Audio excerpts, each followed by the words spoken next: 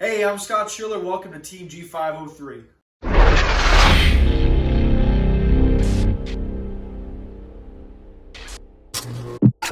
Welcome, Team G503. I'm Scott Schiller.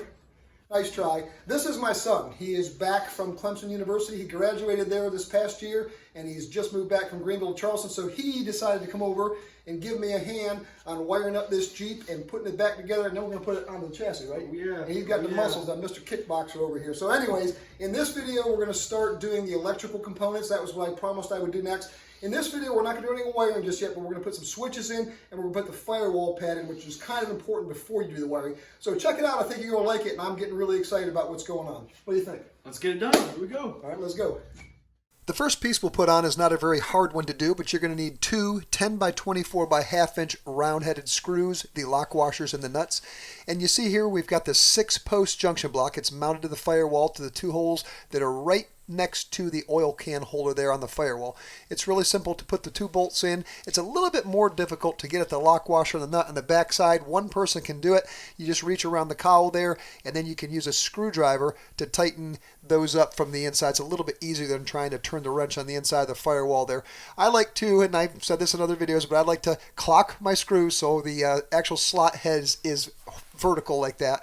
I just think that looks neat and professional. So we're going to give that one last nice snug there. You don't have to tighten these overly tight, and then we'll tighten up the one on the other side. And that's basically the first step that you will be beginning from your wiring harness. It's just a simple connection block, and here's the underneath side of the firewall on the inside, and you can see where those penetrate the firewall and how they're locked down. They're right above the pedal hole there in the floor.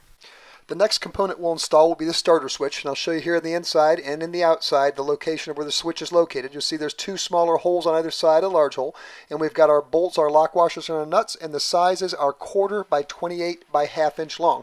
Now these are a little difficult to do with the tub on the chassis, let alone with it off. I'm going to show you a little trick how to get these on because they do have to go from the inside and the outside, and there's a gasket that goes on the inside as well. Here's my new starter switch from Joe's Motor Pool and the gasket that goes with it. The gasket is sold separately than the switch itself. A lot of people don't realize that there's gaskets that go in between these components, but there most certainly is. The gasket is sold separately, again, then the starter does not come with the actual floor starter itself. This is a high quality one. This piece is kind of a funny one out there. Some of the repops are not so good and like to burn up because of the cheap copper that's inside of them, and they don't really conduct heat really well. This one from Joe's Motor Pool is really high quality, and I've already used it to start the Jeep on the chassis quite a few times. Okay, so we'll take this starter, and then we'll just hold it upright like this. The gasket goes on top of the housing as such, and then that's going to be installed into the back side here on the firewall. Now, here's going to be a little trick I'm going to show you if you're doing this yourself. I'm going to go ahead and install the bolts into the starter, just like I'm showing you here. And it doesn't matter which way you put this, up or down. There is no right or wrong way, but the stud should be vertical as shown. Now go ahead and insert that, and this is going to want to fall out if you don't hold on to it, so I'm going to show you the blue tape trick. Just going to go ahead and take a couple strips of blue tape, and then I'm going to tape the back side of this because the inside is where we're going to install the lock washers and the nut. Use a longer piece of tape there just to make sure, because I'm telling you, once you get on the inside of this tub and you want to put the lock washers and nuts on, that is going to want to fall out. If you have a helper, they can just hold on to it, but I'm by myself at this moment in time, so I'm going to put the tape, go on the inside now, put the lock washers and the nuts onto the bolts. Each one of the bolts gets a lock washer and then the coinciding nut. And you want to be kind of ginger here. You don't want to push that out because that will fall out and it will frustrate you. You can use this trick also when the tub is installed on the chassis. A lot of folks out there have told me, and I've experienced myself a couple times, when you're trying to change out these floor starter switches, they're really hard to get at. You have to reach down through the backside of the engine to do this. So the tape trick kind of works well. Go ahead now and put the fasteners on the passenger side. These can be tightened up with either 2 7/16" wrenches or a wrench and a socket. Once you've got them tight, then go out on the outside and don't forget to remove your tape. It's all installed. The next component we'll be installing is the high-low beam switch for your headlights. The one I have here is made by Joe's Motor Pool and is a very high quality and very correct. It also comes with both the screws and lock washers, and that's a very nice feature.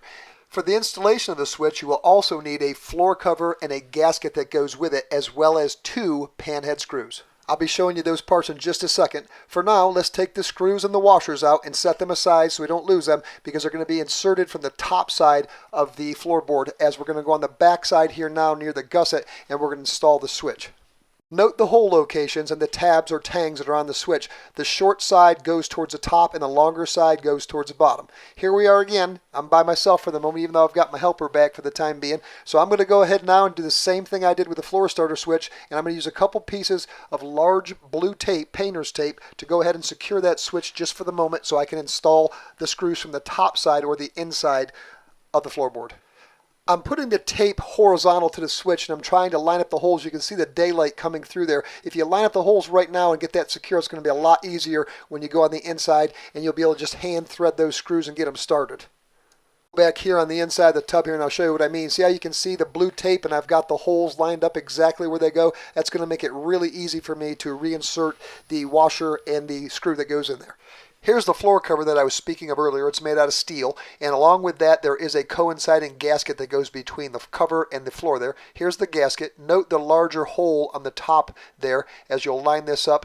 And here's our screws and our lock washers we set aside earlier. I'm going to go ahead and insert the screw with the lock washer on it into the large hole after I line up the gasket with the coinciding holes.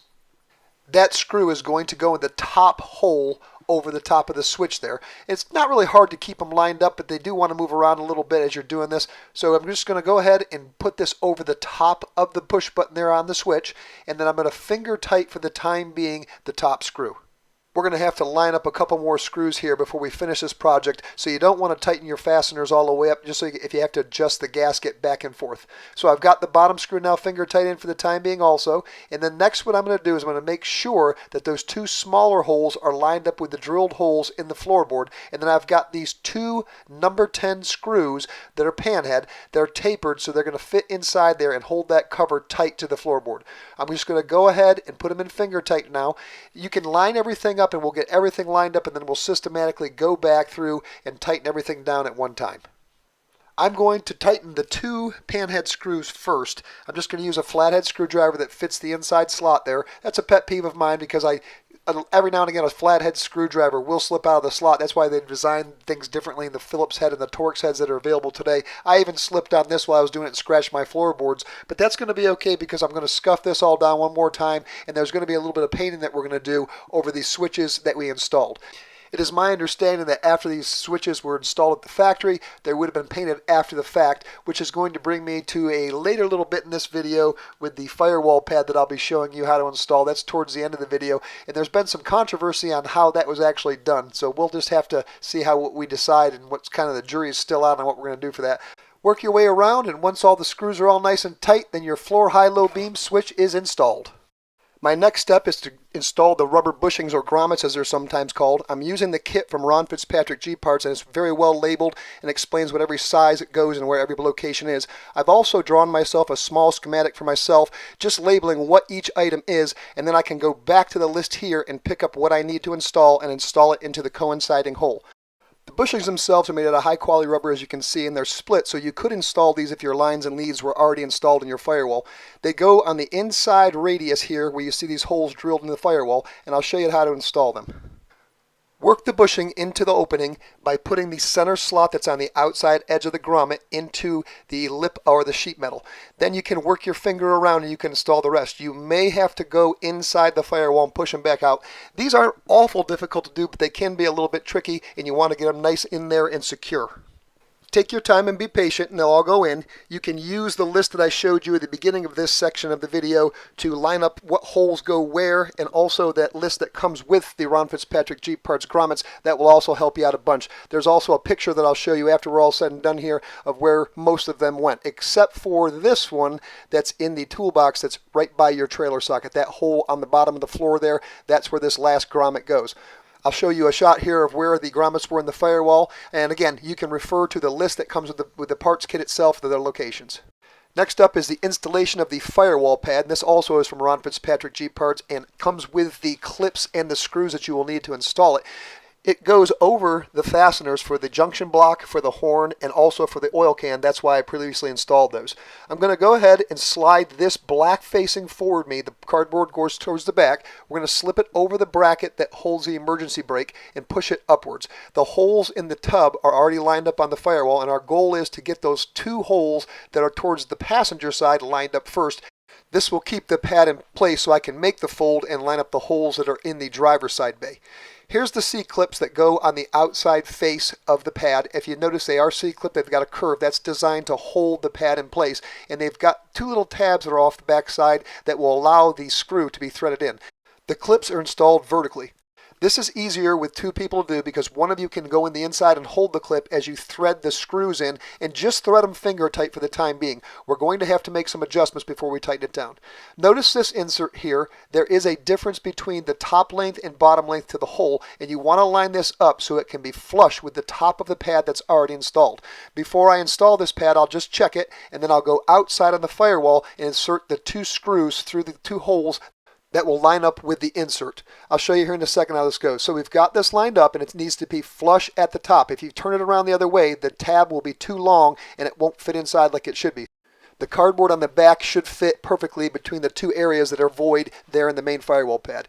You can see here what I was talking about being flush to top, and we actually installed those C-clips in by hand, and there again, they're not fully tight yet. It's just firm enough where I'm going to have to press on this now because I'm going to have to make a fold around the contour of the firewall right here. The easiest way I found to do this is I'm just going to start with my thumb and kind of make a little crease here like this. Don't push too hard or you'll make a very deep crease, and then I'm going to take the palm of my hand and press it towards the passenger side and try to line those two holes up that are on the bottom there, and I've got it very close. Once you've got everything lined up, one of you can hold the pad in place as the other one installs the screws. I'm going to show you from the outside here where all the screws go, and we've got everything installed now, and we're ready to start with our wiring harness. I know that this has been a long-awaited thing for me, and I hope that we can get it all in here and get this tub back on that chassis because it's been a long time coming. If you notice here, all the fasteners, we've tightened them to almost to the point where they're flat. You don't have to really reef down on it because all you're going to wind up doing is tearing your pad. Back to the shop. All right. He's got the full head of hair, and I know that some of y'all saw on Facebook what I did. I did a D-Day tribute to the Filthy 13. I'm going to take my hat off and show it to you. And yes, the mohawk is real, but I keep the hat on because it's kind of scaring the neighbors. Anyways, Scotty's back, helping me out for this next few videos. The next one we'll do, we'll actually pull some wiring because this next video series, probably next 4 or 5 videos, is going to take apart piece by piece how you wire up that Jeep and get that tub back on there. If you'd like to subscribe, do you know how to subscribe? You click the button. You click the button on the bottom, subscribe to Team G503. Until next time, my friends, keep it safe and happy Jeeping. Woo.